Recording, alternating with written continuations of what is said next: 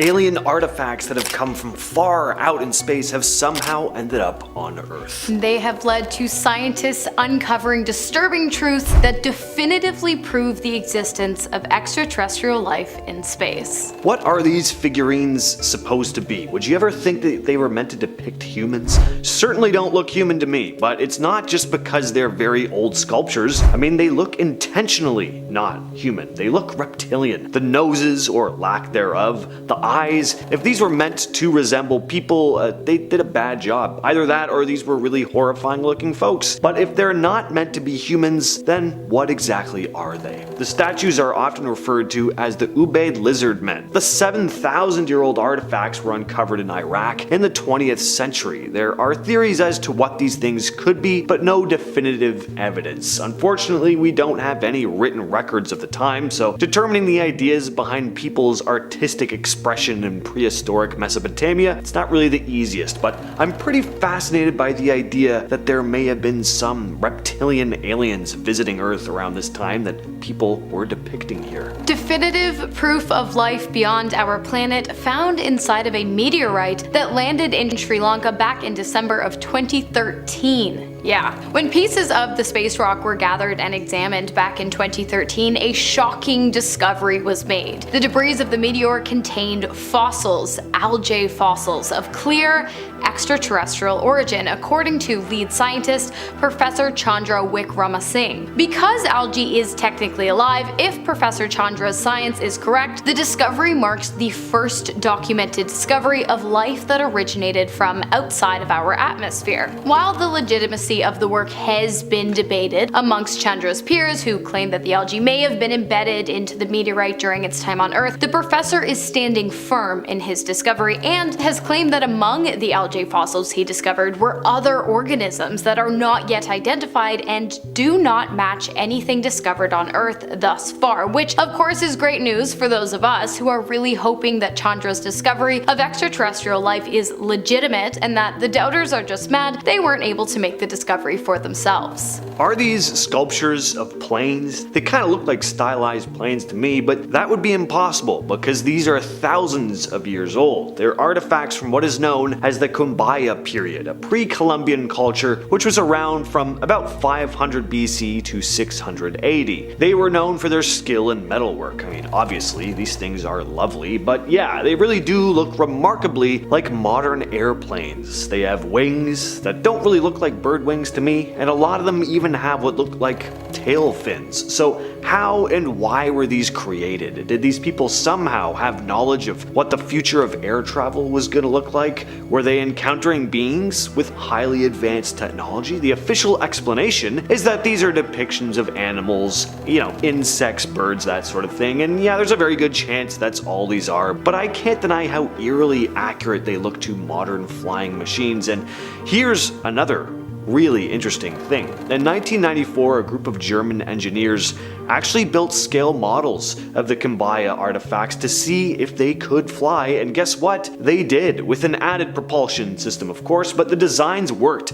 They were aerodynamically perfect and could fly. The Williams Enigma. What is it? Well, I'm not entirely sure, but it's definitely from out of this world. It looks a bit like a rock with a plug, but it's not a rock with a plug, and it's far from being just an ordinary rock. The object was found in 1998 by a hiker named John J. Williams. He noticed a strange piece of metal coming out of the dirt on his hiking trail, and so he dug it up. When he did, he revealed a rock with 3 metal prongs sticking out of it. It looked somehow man-made and appeared to have some kind of electrical component to it. Why? Well, I'm not sure, but Williams, who is an electrical engineer, claims that the electronic component embedded in the stone was not glued or welded into the granite rock surrounding it, meaning that while it appears to have possibly been man-made, because electrical components don't just naturally exist inside of rocks, especially ones dated to be around 100,000 years old, it must be something else, perhaps from somewhere else, perhaps somewhere are out of this world.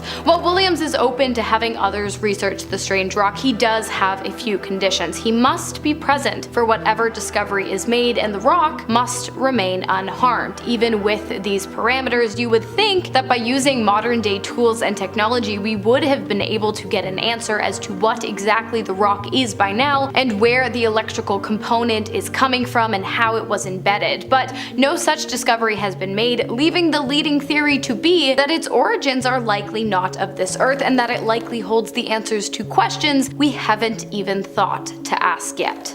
Number 5. The Piri Reis map. Cartography is pretty easy now that we have satellites. We can see the whole world from space and just take a picture and then print out the picture. But then the printer's like, I can't print it, I'm out of color. And you're like, whatever, just print in black and white. And he's like, nah, I need more magenta. And you're like, I said black and white. Believe it or not, making maps was even harder back then. The Piri Reis map was discovered in 1929 by Gustav Adolf Deismann, and it was an absolute marvel. The map depicted a very detailed charting of Antarctica before it was covered with ice. It was made by cartographer Haji Ahmed Muhyiddin Puri. The map is so incredibly detailed that it puzzled the archaeologists that found it. Who was able to make something this detailed without some sort of advanced technology? Also, we can't compare it to what Antarctica would look like because it's now covered in ice. So we'll just have to wait to find out if it's actually accurate. Number 4. The London Hammer. This isn't some bad 80s hair metal band. This is the discovery of one of the oldest dated tools ever. The London Hammer was discovered by a couple who went out for a walk, and they saw a chunk of wood coming out of a rock. They thought it looked interesting enough, so they took it home. Later, their son decided to take a hammer and chisel to it and break into it. Inside, he found what looked like a crude design of a hammer.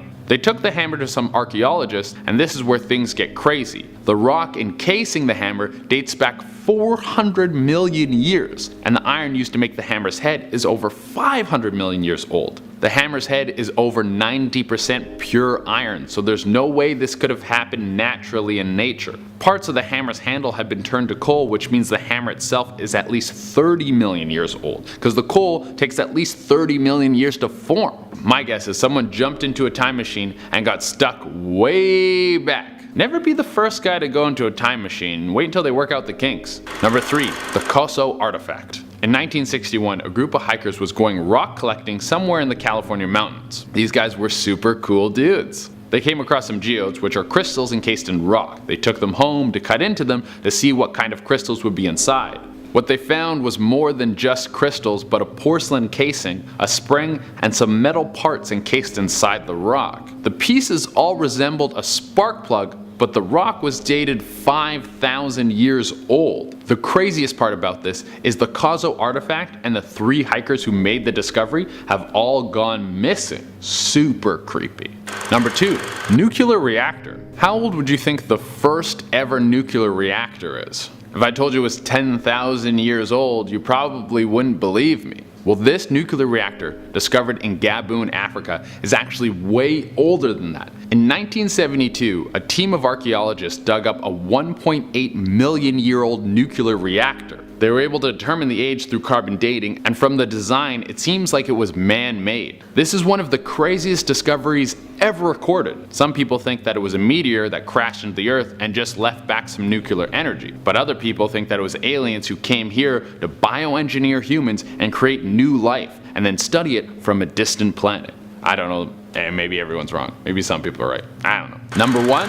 Spheres. If you find one naturally occurring anomaly, you can chalk it up to chance. But if you find over 200 in the same place over a 30-year period, then I guess there might be something going on. Metallic spheres started popping up in a mine in South Africa in the 1970s. There were metal on the outside with some line markings that go down the center. They range from sizes of 2.5 centimeters to 10 centimeters. If you break into them, they seem to have some sort of soft material in them that breaks down when it comes in contact with the air. So far it's not that crazy. But these spheres are dated back 2.8 billion years. Before dinos. Before almost anything. How could you have something that's clearly crafted dated so old? Obviously, I don't have the answer, but we can speculate. Time travel? Aliens? Maybe this is human beings' second run at life. Maybe there's been civilizations that have lived on this planet before, and we're just another group taking a shot at life. Number 10.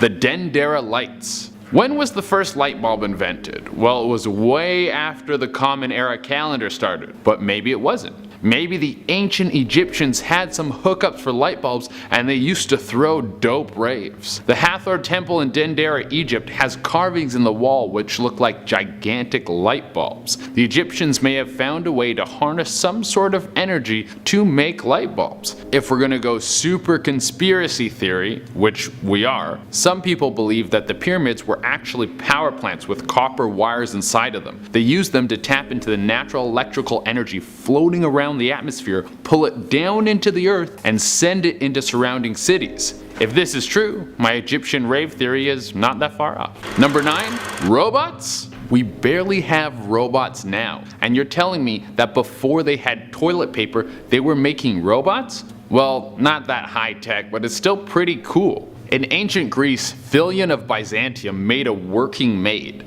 The way this contraption worked, it was a statue with moving parts. It was perfectly weighted with a pitcher in one hand and the other hand was open. When you placed a cup in the open hand, it would shift the weight of the statue, causing it to move and pour the pitcher into the cup. Basically, the best bartender ever. He'll never cut you off. This was one of the only artifacts like this, so it's most likely that robots weren't commonplace back then. It was probably only the super rich ancient Greeks that could afford it. This robot was the 8K TV of its day. Number 8. Turkish gilding. Over 8,000 years ago, the Turks were ballin'. They were putting gold on everything. They put gold on your house, gold on your chairs, gold on your baby. I don't know if that last one is true, but it was 8,000 years ago. I'm sure someone had to try. Who wouldn't want to put gold on a baby? That'd be dope. You have a golden baby. The Turks would use mercury to perfect this gilding process, and they were so good at it that we still haven't figured out how to do it to this day.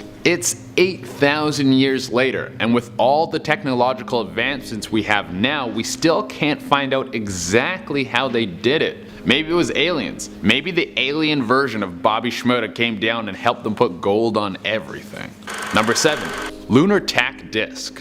When you think of Vikings, you think of pillagers, murderers, pointy hats. But they were also some of the best sailors alive. They were kings of navigating the sea, pulling up on some foreign shore and cutting everyone's head off. So it shouldn't be a huge surprise that they might have been the first civilization to discover a compass. The lunar tack disc was discovered in Greenland in 1984. It's believed that the Vikings would use these devices at night when they couldn't use the sun to navigate. It's not certain how these devices would work, but it seems they would give the user a rough idea of where the sun would be in the sky after it was set. The lunar tack disc would work in parts with other things like wooden slabs and crystals. I never thought bloodthirsty Vikings would be into crystals. You come home after a long day of mass murder and your wife's like, whoa, your chakras are all over the place. Number 6. The bell. I don't know if you know this, but coal takes at least 30 million years to form. That's why this next one is pretty interesting. This one is a brass bell which was discovered encased in a chunk of coal. The coal that the bell was encased in was over 300 million years old, and the mine that the bell was found in was over 100 feet deep. The bell also had carvings which were similar to the Hindu god Garuda, but the bell was discovered in West Virginia. How did a brass bell with Hindu god carvings encased in 300 million year old coal end up in West Virginia? These are so many questions, but it might be signs of advanced civilizations existing in North America way before we think. Now these are weird. Tiny gold artifacts found in Colombia made by the Kumbaya people over 1,000 years ago. They look suspiciously like airplanes. They've got wings, tail fins, some even have what looks like landing gear, and yes, they're made entirely of gold. Archaeologists say they're probably stylized animals like birds, bats, or insects, but still, some of these things look a little too aerodynamic. That's why people call them the Kumbaya airplanes. They've built models based on these designs, scaled them up, and guess what? A few of them actually flew. Now, to be clear, again, most researchers still say they're just abstract animal figures, but I mean, it's hard not to at least wonder. How did a pre-Columbian jungle culture make gold figurines that just so happen to resemble modern jets and are aerodynamic enough to actually fly when scaled up in some cases? Either these are some really creative animal carvings, or the Kumbaya knew something that we didn't. In the deep Belizean jungle at a Maya site called Luminai, archaeologists started finding copper tools, stuff like bells, tweezers, fish hooks, which is already strange, considering the Maya weren't big on metalwork, and finding them this far inland was especially weird. Most of the copper wasn't local. Instead, it was traced back to places hundreds of miles away, mainly in western and central Mexico. This proves that the ancient Maya were part of a huge trade network. The copper items were clearly considered rare and valuable, used for rituals and trade, and they totally mess with the old idea that the Maya didn't care about metal until the Spanish showed up. Also, goes to show just how connected these societies were. As one researcher, Geoffrey Braswell, put it, the finds show how, quote, Mesoamerican societies were much more interconnected than we previously believed. It's not just that the tools are interesting, it's how they got there. These were jungle cities with no wheels, no horses, nothing like that, but they still managed to trade for copper from hundreds of miles away. This one kinda looks like nothing, I mean just an old bone at first glance, but the Ashango bone, found near the headwaters of the Nile close to the Congo jungle, is over 20,000 years old and might be the oldest known math tool. It's a small bone, probably from a baboon, with carved notches grouped into patterns. Scientists noticed some of the marks seem to show multiplication, division, prime numbers. One column shows numbers like 11, 13, 17, and 19, which is not random. Dirk Hoylebroek, a Belgian mathematician who studied it, wrote, "The structure of the markings is clearly purposeful. This is evidence of a prehistoric number sense," end quote. Now, not everyone agrees on what the bone was used for. Some think it was a lunar calendar. Others say a tally stick, but either way, it's way more advanced than anyone expected for that time. It was found in 1960 near the Semliki River in modern-day Democratic Republic of the Congo, and is now housed in a museum in Brussels. Alright, so this one is controversial. The Ica stones are a bunch of smooth black rocks with carvings on them, found near Ica, Peru. Some show normal stuff like animals, but others show people using telescopes, doing surgery, and interacting with dinosaurs. A farmer named Basilio Uchuya claimed he found them in a cave in the 60s. He admitted to faking some of them, but then he said he was forced to say that to avoid prison for selling antiques. So the whole thing's a mess. Most experts say the stones are modern fakes, especially since no one's ever found them in a properly documented dig. The Peruvian government officially labeled them as hoaxes, but for some reason they still keep popping up in museums and conspiracy videos. And you know, hey, I'm one to talk, but I find these things kind of compelling. Are they definitive proof that history was very different than mainstream science would have you believe? No. Are they weird enough to get my attention though? Absolutely. For years, scientists thought the Amazon was mostly just uncharted wilderness, but when deforestation and LiDAR scans started peeling back the trees, they showed hundreds of huge geometric shapes carved into the land. Circles, squares, straight roads, way too precise to be natural. A 2022 study in Science described over 450 of these geoglyphs in the Acre region of Brazil. They're estimated to be up to 2,000 years old. The shapes were made by clearing forest and digging deep ditches. Not easy work without modern equipment. And what makes it even more interesting is that there are no large ruins nearby like pyramids or cities. These things were just out in the middle of nowhere.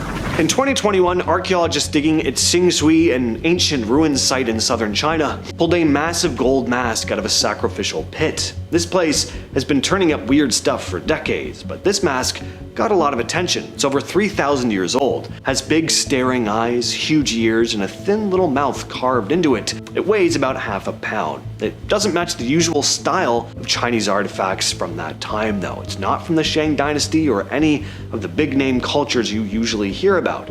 It came from the Shu civilization, a lost culture that we still know very little about. No one really knows why they buried all this stuff in deep pits or why their art looks so different from everything else around it. Now this is cool. In early 2024, a group of archaeologists were digging in the Panama jungle when they opened a tomb that hadn't been touched in over 1,000 years. And what was inside? A whole bunch of treasure. There were gold belts, gold plates, earrings shaped like crocodiles, bells, bone flutes, and I never thought I'd say this out loud in my life, but there was also a skirt made out of dog teeth.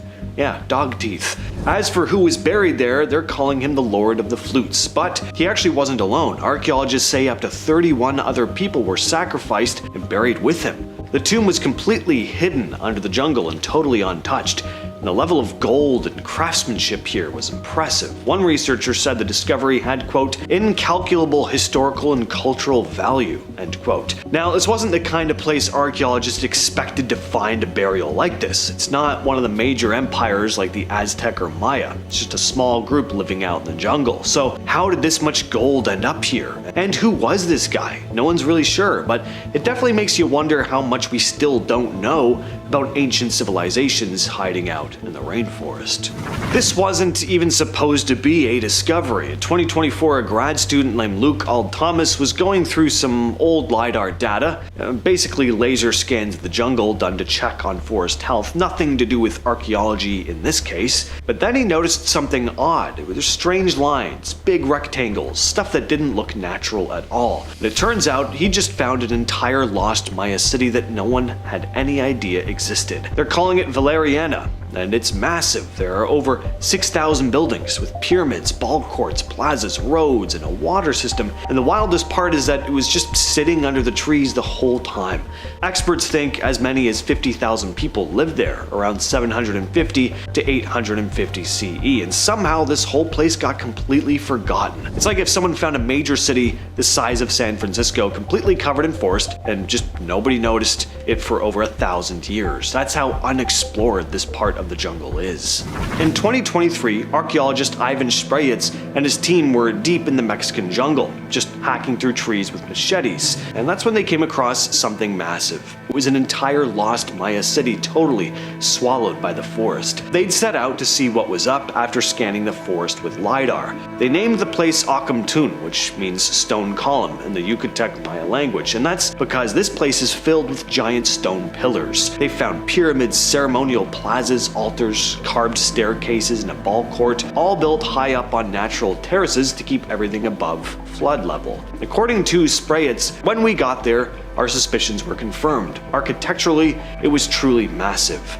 They think Akamtun was at its peak between 600 and 900, the late classic Maya period. It's probably a pretty important city, but obviously, at some point, it was abandoned and totally forgotten. And it just sat there for over 1,000 years, buried under layers of trees and vines. So back in 2015, scientists exploring the Mesquite jungle in Honduras found something that for a long time had only been a legend. A lost city buried deep in the rainforest, filled with stone sculptures of jaguars, half-human creatures, thrones, all kinds of ceremonial objects. They nicknamed it the City of the Jaguar. This place is interesting because it lines up with old stories about La Ciudad Blanca, or the White City, a legendary place that's been part of folklore for ages. Just nobody had any proof it existed. The whole thing started with a LiDAR scan. They noticed straight lines under the trees, so a team led by archaeologist Christopher Fisher and filmmaker Steve Elkins went to check it out, and they found what Fisher called the most undisturbed site he'd ever been part of. He told National Geographic, "This is not like finding a pot in a museum. It's the whole site with context intact, and that's incredibly rare." Another archaeologist, Oscar Neil Cruz from the Honduran Institute of Anthropology, called it one of the greatest archaeological discoveries of the 21st century. Strangely, no one knows exactly who built this place. It's not Maya. It's like an entire culture just rose up, built this city, then disappeared without a trace. Number 5. The Unlucky Mummy. Right off the bat, the Unlucky Mummy isn't an actual mummy per se. It's rather the lid of a coffin that once belonged to a high-status woman who lived sometime around 950 BCE. So a little old, little time ago. The mummy board wasn't seen again until the early 1800s AD. It was found in Thebes. 4 Englishmen found it, and of course they were celebrating this ancient piece of history, but it didn't take long for all 4 of those men to pass away from mysterious circumstances. If you're looking for more top 10s on ancient history, come meet me over on our top 10 history channel. It's called Bumblebee. We do top 10s only on historical stuff. Ancient eras, mummies, silly Victorian era hats, cool shoes, I don't know, you name it. It's all over at Bumblebee. See you there. Number 4. Mandy the Haunted Doll. Mandy lives in the Quesnel Museum in Canada. Awesome, nice and close to home. The staff of the museum insists that Mandy is kept in a separate display case all by herself, because when she's with other dolls, she would end up knocking them over somehow, some way. Staff also reported that their lunches would disappear and that photos of the doll would end up glitching out. The lunches disappearing, that's for sure one dude who's blaming ghosts. That's actually not a bad plan. I'm okay with that. But the photos, that's terrifying. That's a surefire sign that it's haunted. Number 3, the Great Bed of Ware. We figured we'd get nice and cozy for this next one. For starters, it's massive and it's cozy. It looks like the bed a king would certainly sleep in, and rightfully so. The Great Bed of Ware was built for the royal family back in 1463. It was 12 feet by 12 feet. Jonas Fosbrook, a carpenter from that time, they impressed King Edward IV so much with their work that the king gave them a pension for the rest of their life. People would travel all across the land to see this bed. That's a fun family vacation. Yeah, we're gonna go see a bed. Yeah, Disneyland's closed today. Let's go see this bed. Shakespeare mentioned this bed in his play The Twelfth Night, okay? This is a big deal. All those who stayed in the bed though, they did not have a good night's rest. No, instead they woke up to scratches and bruises, or they would wake up just on the floor. Yeah, somehow they would roll out of a 12-foot bed. Today it can be found in the Victoria and Albert Museum in case you wanna go in there and take a nap. Would you stay the night in this old haunted, dirty, and probably very uncomfortable bed? Sound off below, I definitely wouldn't. Number 2. The Baker's Wedding Dress. Back in 1849 in the small town of Altoona, Pennsylvania, Elias Baker and his wife Hetty lived in the Baker mansion. They had 2 sons and 1 daughter named Anna Baker. Anna had fallen in love with one of her father's employees. Nice. Another steel worker, but her father wouldn't allow the relationship to take off. So Anna vowed to never marry again ever. She locked herself in her room for the time being. And when her father passed away in 1848, she went to find her true love again, but he had since moved on and settled down. Yeah, worst case scenario. So she spent the rest of her days behaving erratically, and her soul apparently still haunts that same wedding dress today. Not just the dress, also the mansion is apparently haunted as well. Guests would report furniture moving around. What's with ghosts and moving furniture? Where were these guys when I was moving? And finally, number 1, the Bassano vase. This vase comes from the 15th century. It made for an excellent wedding gift, of course, in Italy one day, but the night before, the big day, bride sadly lost her life with the vase still in her possession. So the family kept it afterwards, of course, but as the vase was passed down the family line, a pattern began to unveil itself. It was kind of hard to ignore. Whomever held possession of the Bassano vase died shortly after in some way, shape, or form. Now keep in mind, this was the 15th century, so the average lifespan was 30 to 40 years old on a good day. But after many deaths in the family, it was packed away for good, just to be safe, or so they thought. The vase showed up again in 1988 alongside a note. The note was pretty to the point. It said, "Beware, this vase brings death." End of note. Pretty simple, I like it. Whoever found it was probably like, huh, okay, and then continued on with it. And then it was auctioned for over $2,000. Sans note. Weird, they left the note out of that, that's odd. The pharmacist who won the auction, well, you guessed it, passed away within months. Number 10, Uluru Rock. I'll be honest, I'm a rock guy. I go on vacation, I'm goggles up the entire time. I love looking for geology and history. It's hard not to want to bring something home every trip, right? But depending where you are, you could be in a lot of trouble for doing so. In the Northern Territory of Australia, for example, there is a beautiful, monumental sandstone formation. It's known as Ayers Rock, or Uluru Rock. Now this site is sacred for the Aboriginal people of the land. They respectfully ask that no visitors take any piece of the sandstone home with them. Yet of course, some of us can't follow simple instructions, and in numerous cases, bad luck has followed them home as well. Breakups, death of a loved one, you name it, it's all bad. Why risk it? Just leave things alone, you know? Number 9.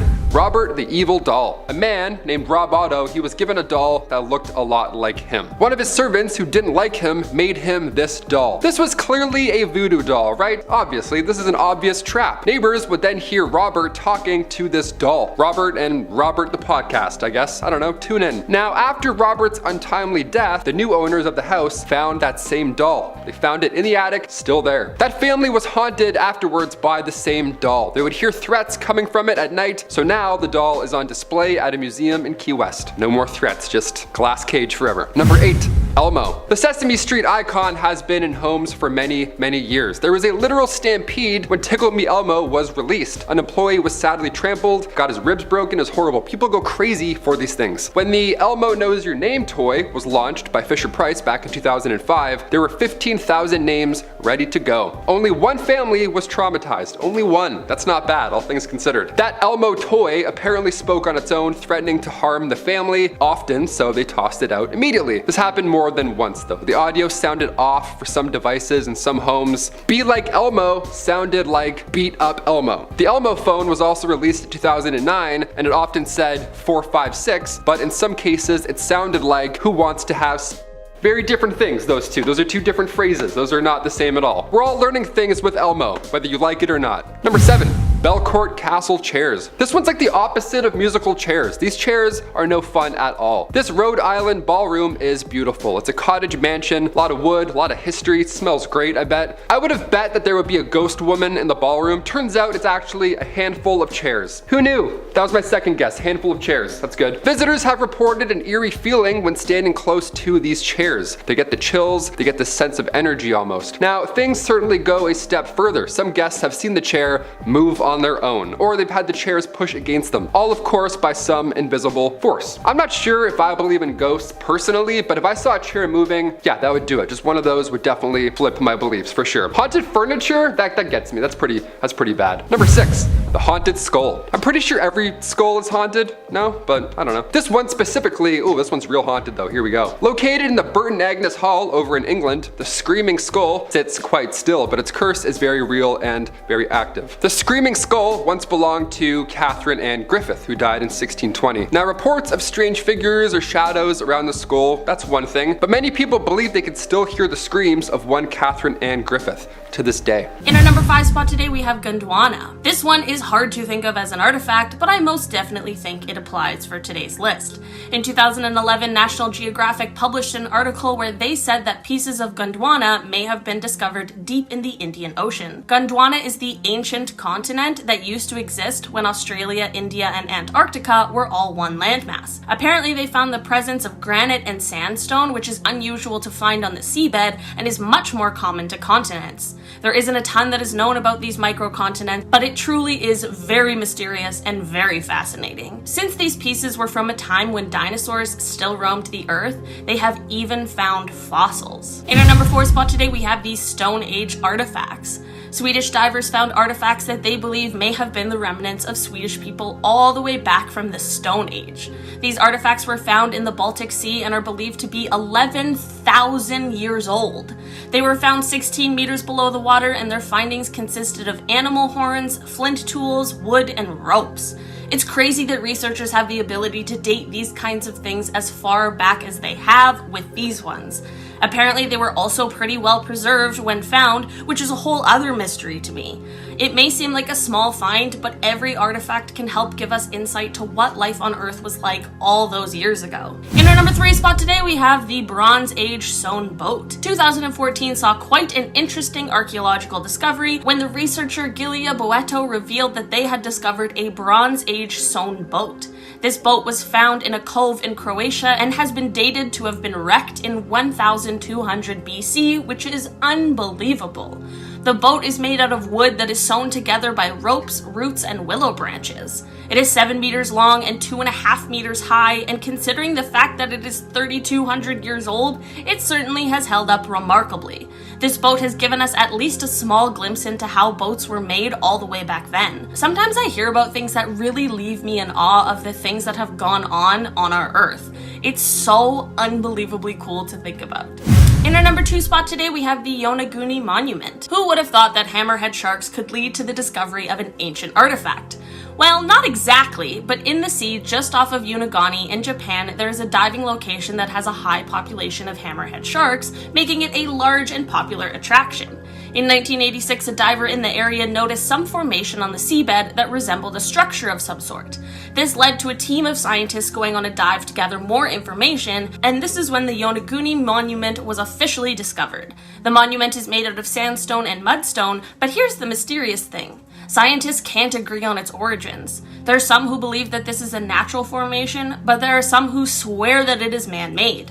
There are pretty reasonable arguments for both sides, and considering the fact that this thing is at least 10,000 years old, I guess it's fair to say that we may not have all the answers. In our number 1 spot today, we have Stardust. You guys, I truly don't even know what to make of this one. So apparently, 2.7 million years ago, a star exploded, and German researchers have now been able to locate pieces of it while they were drilling in the Pacific Ocean. I can't even believe that is a sentence that is true. This star was a Type II supernova, which means that the star had to have at least 8 times the mass of the Sun, and it also ejects iron-60 during the explosion. Somehow the star fragments ended up in the Pacific Ocean to be discovered in the remains of magnetic bacteria that were feasting on the iron from the star. Scientists believe it happened all that time ago because apparently iron-60 is way too young for Earth, whatever that means. Science is so crazy sometimes, you guys. Starting off this list in our number 10 spot, we have the RMS Republic. In 1981, researchers were on a dive when they came across the wreck of the RMS Republic. This ship was built in 1903 and it ended up being lost at sea in 1909. Since 1909, there were plenty of rumors that began swirling that said the ship may have been carrying a whole bunch of treasure. Like treasure that could perhaps be worth billions of dollars.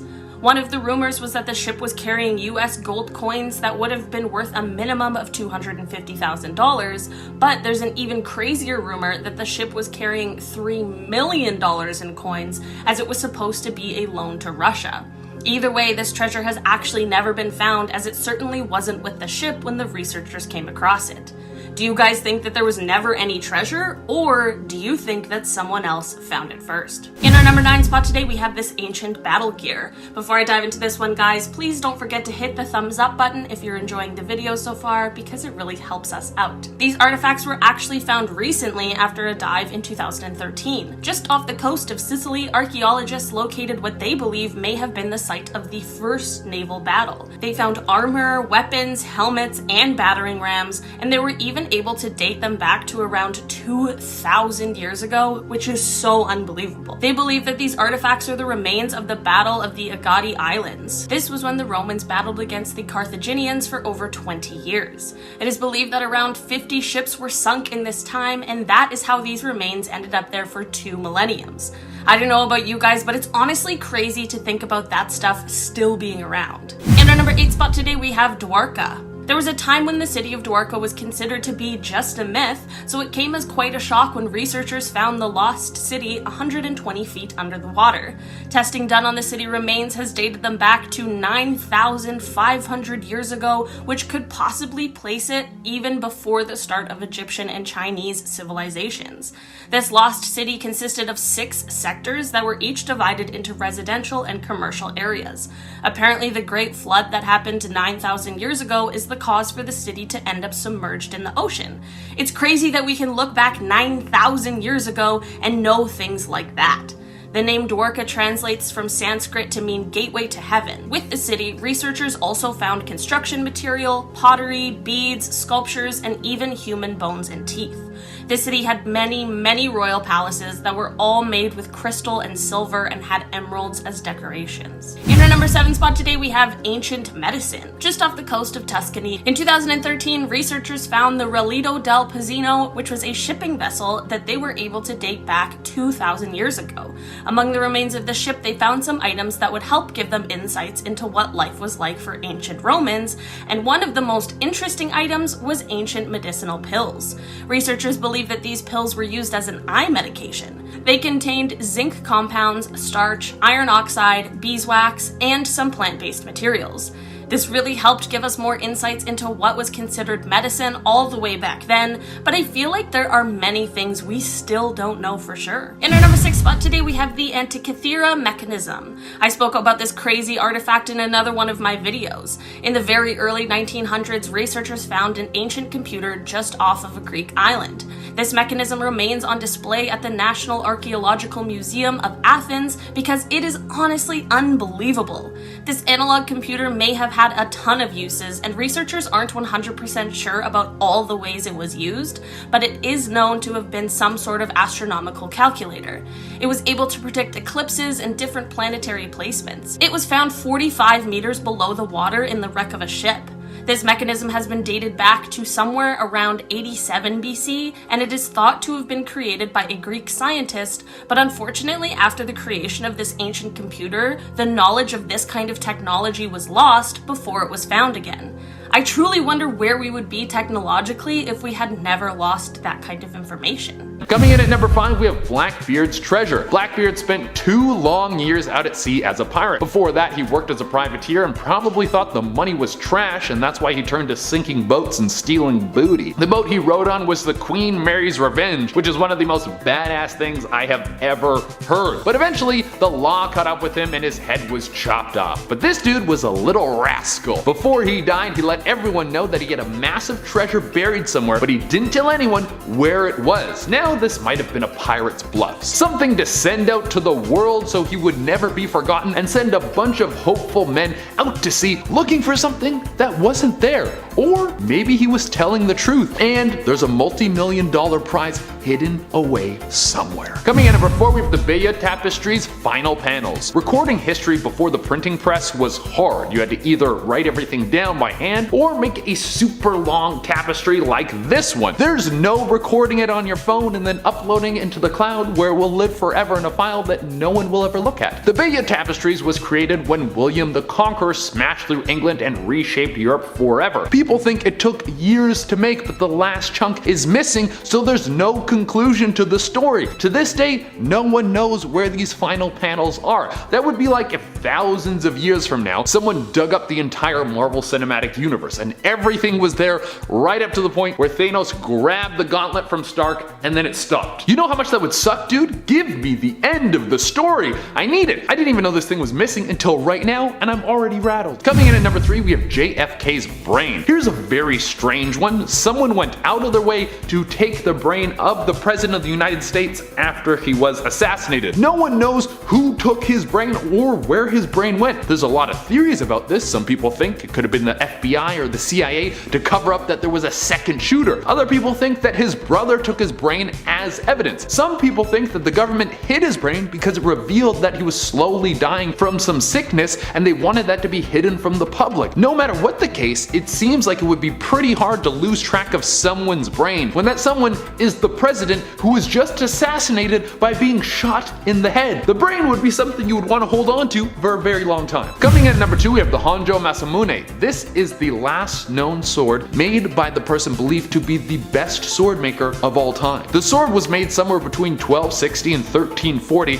and passed down from generation to generation. It probably would have outlasted all of us because the craftsmanship is so exquisite, but after World War II there was an order from the Allies to take all weapons from Japanese people in Japan. This stretched to even historical weapons. Once it passed hands from its last owner to the Allied forces, its location was lost to man. The sword might have been thrown in the ocean, it might have been melted down, it might have been stolen and now is kept somewhere safe. But if you are the greatest sword maker in Japan, then that would put you in the running for the greatest sword maker in the world who has ever made swords ever. So this weapon that now is lost could be the greatest remaining sword on the planet. And coming in at the number 1 spot, we have Genghis Khan's grave. Probably one of the most ruthless conquerors of all time, this dude had the largest empire in history. The Mongolians are the only people to beat Russia in a land war in the winter. He spread his seed so much that 1% of the planet has his DNA, and he killed so many people that it actually lowered the temperature of the planet. And if we look back to where he came from, he basically was living in a village of tents. You want to talk about started from the bottom, now you're here? This guy did it bigger than anyone. And to cap all of this off, after he was done, he didn't want to be remembered. He didn't want anyone to pray to him or fear him or use him as a force to control other people. He wouldn't let anyone paint a picture of him when he was alive, so anything we see of him was made after he died. So all these images could be highly inaccurate, and he also hid the location of his grave. Genghis Khan requested that he be buried at an unmarked grave in the heart of the Burken-Kaldon Mountains. Then everyone who was part of the burial was killed so no one would know the location, and it's rumored that horses were released up the hills so no one could follow tracks. Obviously this guy caused more death than anyone else, but this is still something crazy. Coming in at number 10, we have the Sarcophagus of Menkaure. The Great Pyramids house some of the most most important people of their day. You have to imagine if thousands of people died to build a monument just to put a dead body in, then you'd have to be someone pretty important. I'll be lucky if my ashes get kept in a mayonnaise jar. But one of the pyramids of Giza was the Sarcophagus of Menkaure. This was found by British explorer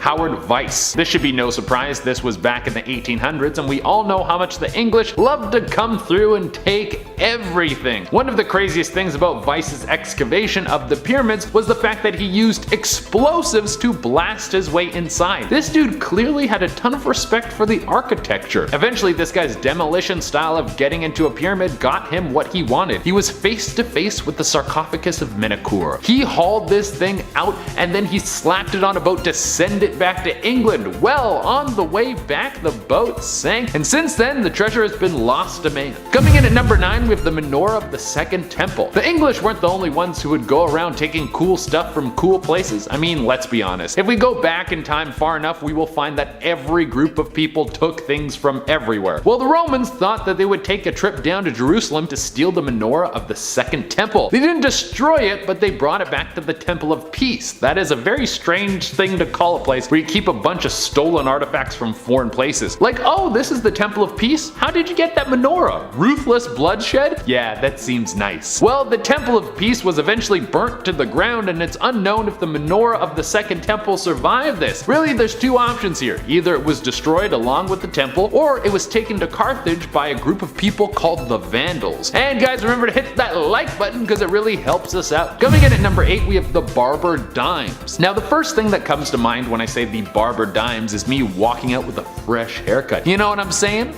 But this is actually something much more valuable than me looking really good. The Barber Dimes were minted back in 1907 and they used to be very common, but now there's only a few of them left. That's not the part that makes this story so interesting. There is a treasure of missing Barber Dimes that could be somewhere in Colorado. 6 massive barrels of Barber Dimes were transported through Colorado, and back in 1907 they never showed up to their destination. They could have been stolen, or they could have fallen into the Colorado Black Canyon. If you were to find this stash of dimes today, because of how rare they are and how many there are, they would be worth millions of dollars. So not a bad find. Coming in at number 7, we have Sappho's poems. Sappho is considered one of the greatest minds of ancient Greece, and while there's quite a bit of her work that the world has been able to salvage, it would seem that her poems were lost to the world. I'm not one to dip into poems that often, or really ever, but it would have been so interesting to see what poetry looked like in ancient Greece. Also, so much of the literature and knowledge from that era was written and cataloged by men, so it would be cool to see what that era looked like through the eyes of a woman. I mean, I suspect that it would all be insightful pieces that opened up my mind, but they might have just been love stories or the regular frustrations of typical poetry. I don't know, dude. They were lost and we can't read them. I would hope that one day we find these poems and everyone thinks that they're beautiful and they change the way we interact with each other, but when she wrote them, she thought that they all sucked. That would be very funny. Coming in number 6, we have the Lost Library of the Moscow Tsars. One of the greatest groupings of ancient writings was put together by the Grand Duchy of Moscow. He collected writings from several ancient civilizations, including the ancient Greeks, the ancient Romans, and it's thought that many others were also housed in this place. The location and contents of this library were always very secret. It became an even bigger secret when Ivan the Terrible was in power. It said that Ivan hid the library so the knowledge would never leak into anyone's hands except his own. Well, we know that Ivan was eventually killed in a revolution, and it's thought that the location of the library was also lost with him. Either that or the people revolting decided to burn the writings, not knowing what they were or how to read them. Or the library could still be somewhere out in Moscow waiting to be discovered. It would be a great find that would open up the world to a priceless collection of literature from a almost forgotten time. In 2012, divers working off the coast near the Croatian island of Ilovik found what turned out to be a part of a Roman cavalry helmet,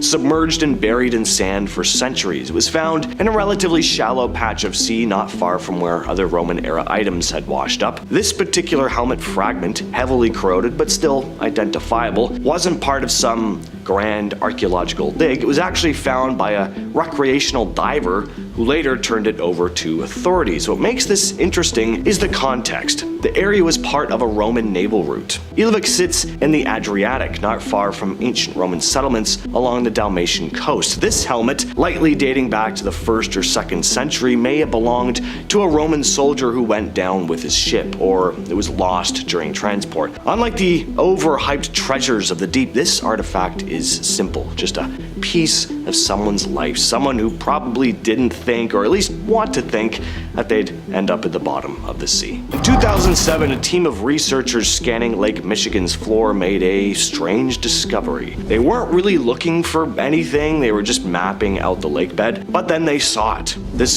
circle of stones arranged deliberately, sitting 40 feet underwater. It looked like something out of Europe, something old. One of the stones even had what appeared to be a mastodon carved into it. The site hasn't been explored much since then, which is surprising. The waters are pretty murky, though, which makes it more challenging. Skeptics were pretty quick to dismiss this, saying it was just rocks that settled naturally, but the pattern, the symmetry, and the fact that one of the stones has an ancient mastodon carved into it, yeah, it definitely seems like there's more to this site than just a series of rocks. If it really is ancient, older than Stonehenge, it would change what we know about prehistoric people in North America. It would mean someone was building monuments here before written history, before cities, before anything we recognize. Off the western coast of Cuba, in waters over 2,000 feet deep, sonar scans revealed something that shouldn't be there. Massive symmetrical structures, straight lines, right angles, pyramids,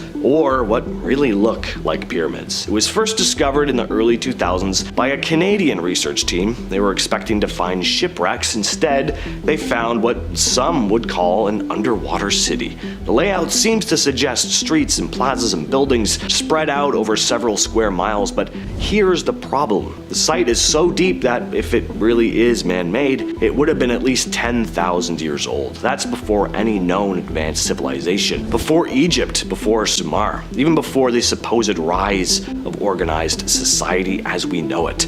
Some scientists are pretty skeptical, saying it's just a natural rock formations, but the shapes are unusually geometric, too clean, and there's no clear geological explanation for how they ended up arranged like that. The site hasn't been fully explored. Deep sea dives are expensive, and the Cuban government hasn't prioritized any further investigation here, so whatever's down there is just sitting and waiting. Just off the coast of southern Greece lies the ruins of Pavlopetri, a city that's now entirely underwater. You can still see the streets, the building foundations, and tombs, all laid out clearly on the seafloor. It's over 5,000 years old, one of the oldest submerged cities ever found. Pavlopetri wasn't destroyed by war or fire, it just sank slowly, piece by piece, after a series of earthquakes and rising sea levels. What's left is incredibly well preserved. No one ever built over it. No scavengers took the stone. It's just there, untouched under the waves. Divers have mapped out more than 15 buildings here. Some still have dividing walls, some even had plumbing. People lived their entire lives here, close to the sea that eventually claimed it. Pavlopetri matches descriptions from ancient texts about cities swallowed by water. Some even link it loosely to the Atlantis myth. That's a stretch, sure, but when you see how complete the ruins are, it's hard not to wonder how many other cities might be submerged out there. Near the island of Bimini in the Bahamas, there's a line of these huge stone blocks resting on the seafloor. They stretch out in a near straight path for hundreds of feet, like a broken causeway leading into the deep.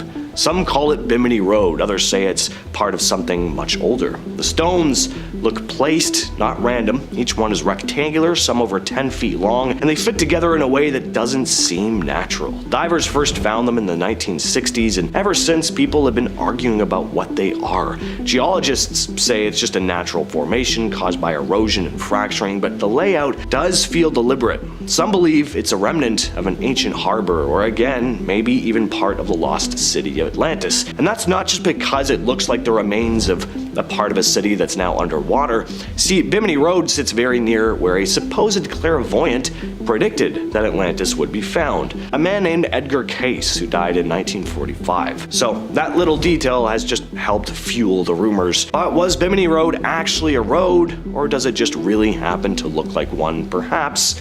We'll never really know. First up, we have the Canaanite shipwreck. Just back in June of 2024, in the deep waters off the coast of Israel, researchers found a shipwreck unlike anything they'd ever seen before. It's from the late Bronze Age, dating back more than 3,300 years. That alone is rare, but what makes this discovery even more unusual is where it was found, nearly a mile beneath the surface, resting upright on the seafloor like it never even tipped. The ship still carried its cargo, hundreds of clay jars, sealed tight, possibly with oil or wine. There were no bones, there was no signs of a fire, just this vessel from another time, perfectly preserved in the cold dark. It's believed to be the oldest deep-sea shipwreck ever found, and the fact that it was out in open water, not close to shore, means that these ancient Canaanites may have been long-distance seafarers, something history hadn't confirmed until now.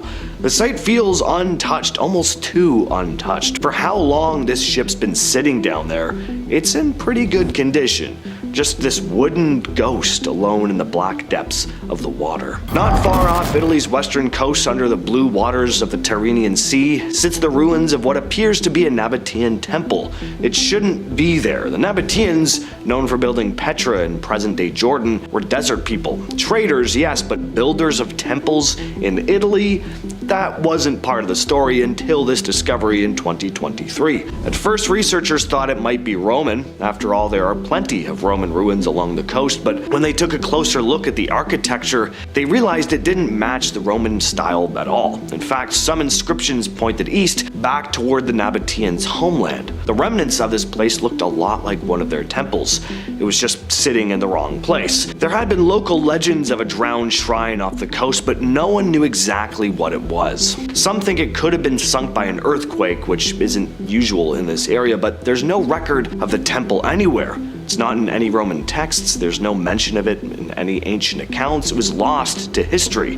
The biggest question of all, though, is why did the Nabateans build a temple this far from home? Back in 2020, off Australia's northwest coast, archaeologists found something unexpected beneath the ocean. In places that are now completely submerged, they discovered ancient Aboriginal stone tools, hearths, and signs of long-lost camps. These sites are at least 8,500 years old, maybe even older. That means people once lived here, cooked their food here, made tools here, on land that hasn't been dry since the last ice age. Sea levels rose slowly, swallowing the coastline bit by bit. The people moved inland, but the sites they left behind stayed where they were, preserved under layers of salt water and silt. The tools are simple stone blades, flakes, a grinding platform, but they're unmistakably human. Aboriginal groups have stories that go way back about rising waters, and now we've got the evidence to back that up. These aren't just old artifacts, they're part of a bigger story, one that's been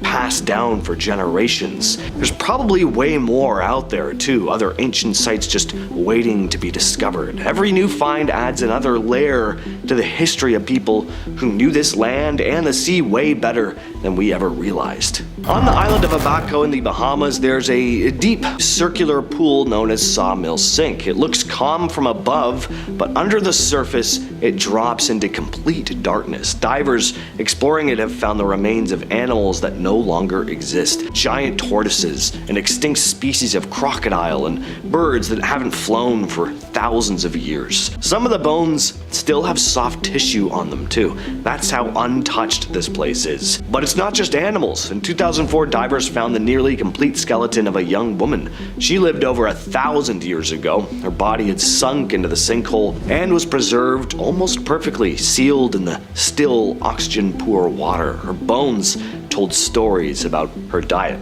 her life, her people. She's one of the oldest intact human remains found in the Caribbean. Just north of Dublin, along Port Marnock Beach, The ocean's been giving up some secrets, literally. After a big storm in 2024, locals noticed something strange poking out of the sand. At first glance, it looked like old driftwood, but no, this was a shipwreck. Not just a piece of it either, pretty much the whole thing, at least the shape of it anyway, which had been buried for who knows how long. Turns out, this wasn't the first time the beach had coughed up pieces of a ship, but this time it got the attention of Ireland's National Monuments Service, and they came out to investigate. They already knew about that particular wreck from a few years ago, but while they were out there, they also found 3 more shipwrecks hidden just beneath the sand. These wrecks are believed to be from the 1800s, maybe even older. They're made from thick wooden beams held together with old school iron bolts, and even though the wood's rotted and soaked in salt, the craftsmanship still holds up. This stretch of coast is actually a bit of a ship graveyard. Around 50 wrecks have been recorded in the area, from centuries-old trading ships to coal boats. Most of them were just unlucky, caught in bad weather with no one around to help and no one left to tell the story. And because of shifting sands and powerful tides, these wrecks come and go. Sometimes they're visible, sometimes the beach just swallows them right back up. And one of the older items that was found is in our number 5 spot today, which is the walking stick. Now this item also is not as old as some of the throwing darts that were found, but it's so unique and cool that I had to put it on the list. It's not just any old walking stick. It's a walking stick with runic inscription. Whoa, so cool. I actually have rocks with ruins on them at home that I bought from like a new agey store, and I love to look at them. Ruins are truly fascinating and quite beautiful, so I'm a big believer in symbology and the energy and power infused in symbols. So anyways, when I saw this recovered walking stick from the 11th century AD, I kind of freaked out and needed to share. In our number 4 spot, we have arrowheads. This is actually so cool. The entire video has been so fun to research, but finding this out was very interesting. I definitely need to go to museums more. I don't think I knew that I enjoyed history so much. Anyways, in 2003, a hiker was walking in a mountain pass near Sion, Switzerland, when he came across some treasures. Not gold, sadly, but what he found were items that are arguably way cooler, from a Stone Age hunter from over 3,000 years ago. They were fragments of a bow, an arrow case, arrowheads, and leg coverings, all believed to be revealed due to the ice in the glaciers melting due to the rapidly changing climate. Pretty crazy. Imagine just going for a hike and discovering some ancient artifacts. I bet you there will never be a more interesting moment in your life. Although fine, the birth of your future child could be fairly special too. In our number 3 spot, we have the Viking whisks. Technically not considered ancient artifacts, but I thought this was cool and it needed an honorable mention. The melting of glaciers in Norway has actually revealed a lost mountain pass, and with it, hundreds of Viking artifacts have been discovered.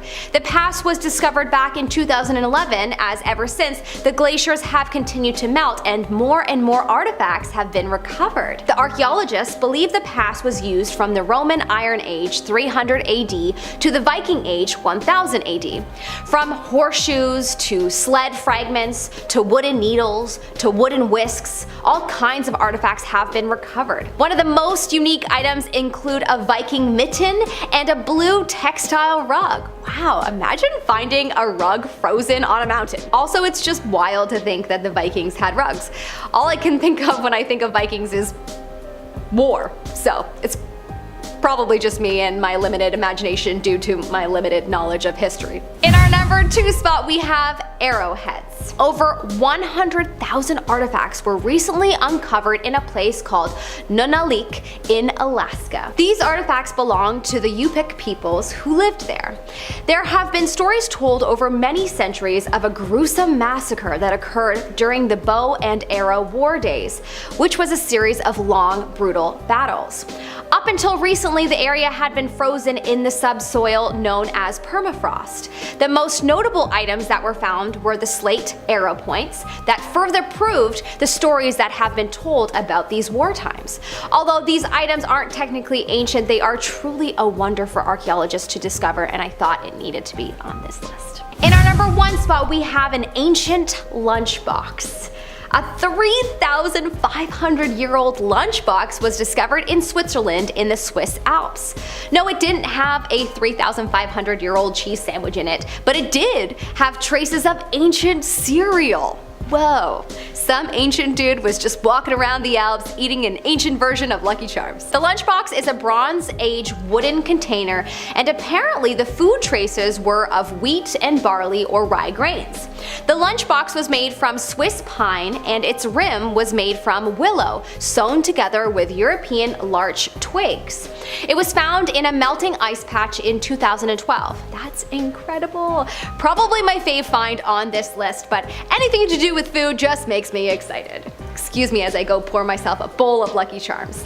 Feel free to join me if you like. Coming up at our number 10 spot, we have a throwing spear. A throwing spear that was approximately crafted over 10,300 years ago was discovered by Dr. Craig Lee from Montana State University in 2007. It was discovered in northern Wyoming.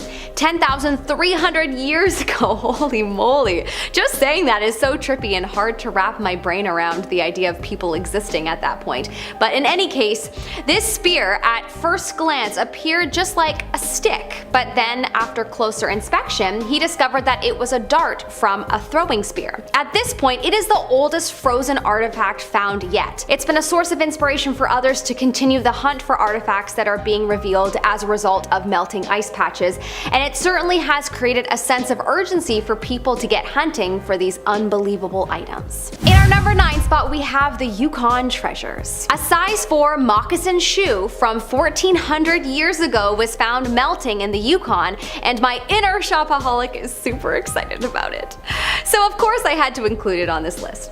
Along with this shoe, 2 other items were found: a barbed antler projectile point from about 1200 years ago, and throwing darts from 9,000 years ago. Apparently they were found by a husband and wife in 1997 who were hunting Dall sheep in the Yukon mountains when they smelled something extremely strange. It was dung. Yes, poop from a caribou.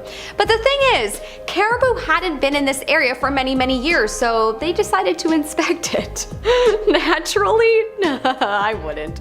Anyways, I guess they discovered that the poop was from thousands of years ago that had frozen into ice, and close behind it were these artifacts that had melted along with it. Pretty wild. In our number 8 spot, we have animal hair rope. While out exploring the mountaintops of Western Mongolia, archaeologist and researcher Isaac Hart of the University of Utah discovered something quite interesting that he felt would truly help with discovering more about the Mongolia people in ancient times. They discovered a finely woven piece of animal hair rope. This rope was first thought to have been dropped in the ice recently. However, after scientists performed some radiocarbon tests on it to see how old it was proven to be more than 1,500 years old. Wow, that's some old rope. In our number 7 spot, we have horn curls. On this same trip, looking for more artifacts, Isaac Hart found some Argali sheep skulls and horn curls from 1,500 years ago, which were stacked in a pile by ancient hunters,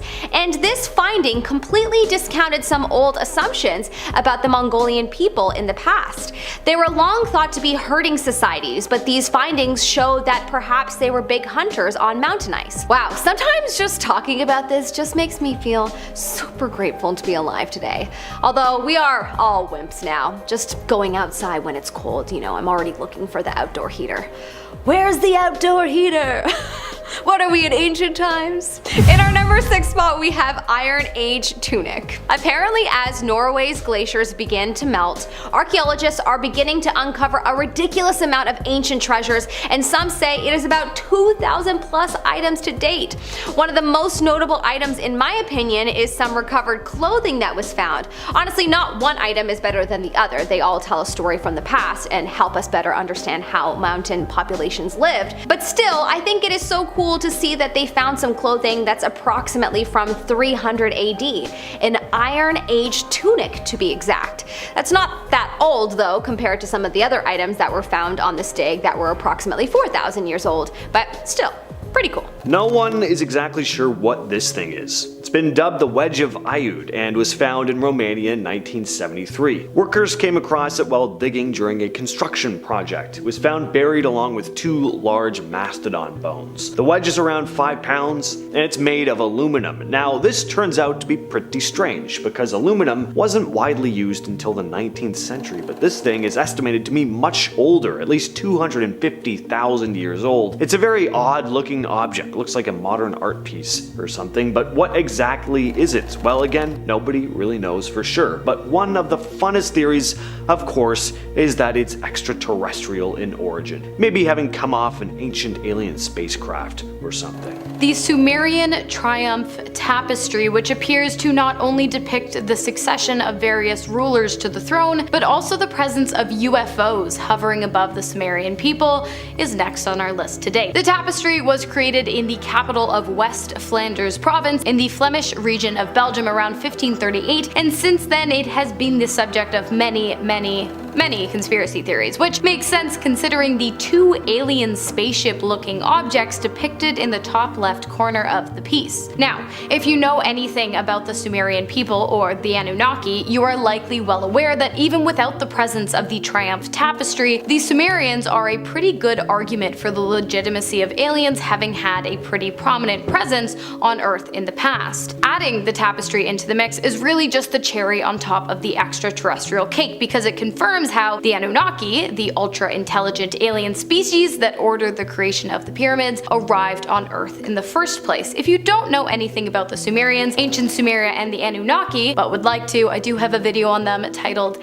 Ancient Sumerian Mysteries that may never be explained that you can watch after this. Next, we have the Koso artifact, known as one of the world's out-of-place artifacts. It was discovered in 1961 near Olancha, California. While out looking for geodes, these rock collectors found a strange rock that seemed out of place, and when they cut it open, they were surprised to find it actually had a metal core inside. The outer layer of the rock was encrusted with a hard substance, while the inner metal core was a cylindrical object that looked almost like a spark plug. This was not what anyone had been expecting to find because the rock seemed to be millions of years old, far older than the age of modern machinery. So it sparked, see what I did there? It sparked a lot of curiosity. Some researchers think this is just a naturally occurring geode that somehow formed around a modern spark plug, but what if it's not the case? What if it's a piece of ancient technology left by an advanced civilization, or even more interesting, an object that some extraterrestrial beings left behind a long time ago? I'm sure by now we've all heard the theories that the pyramids were built by aliens, which is a fair assumption considering the fact that historians have been consistently unable to come up with an explanation as to how the construction of the pyramids would have been possible in ancient times. But what about other massive artifacts like Stonehenge, or perhaps the massive stone head that was found in the middle of the Guatemalan jungle in the 1930s? The statue dates back to before the Spanish Revolution, so prior to the Mayan and Aztec empires falling to the Spanish armies, which is strange considering 1, there is little to no way the Mayans living in the area could have sculpted the stone head and placed it in the area, and 2, if somehow they did, why doesn't it look like them? The statue's features do not mimic those of the ancient Mayans or Aztecs. Because of this, it is believed that the features once displayed on the head, which have since worn down due to revolutionary troops using the historic artifact as target practice, were actually the features of an ancient alien civilization that was far more intelligent than humanity, and that likely had a hand in the construction of the Mayan and perhaps even the Aztec empires as well.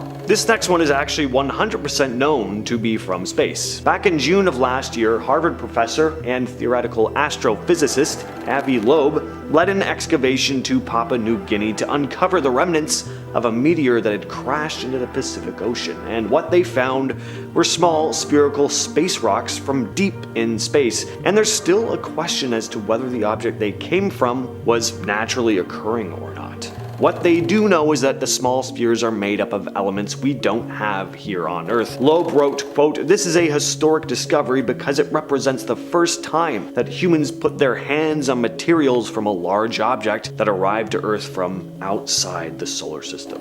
Finally, we have an incredibly mysterious extraterrestrial object discovered by the Betts family in 1974. That year, a mysterious fire had broken out on the family's property that destroyed 88 acres of woodland. When the Bettses went out to explore the area and search for the cause of the mysterious fire, they stumbled across a metal sphere with a diameter of just 8 inches and a weight of almost 20 pounds. At first, the family thought that the object might have belonged to the Soviet Union or perhaps NASA. They thought about leaving it where they found it, but curiosity got the better of them, and so they decided to take it home. About 2 weeks later, the family's son was playing guitar while sitting next to the strange spherical object when all of a sudden it began to emit a strange resonating sound that caused the family dog to act up. A while later, the family discovered that when they pushed the sphere across the floor away from themselves, it would change direction and return to the person who had pushed it. Not only that, but the object avoided being damaged at all costs, rolling up slanted tables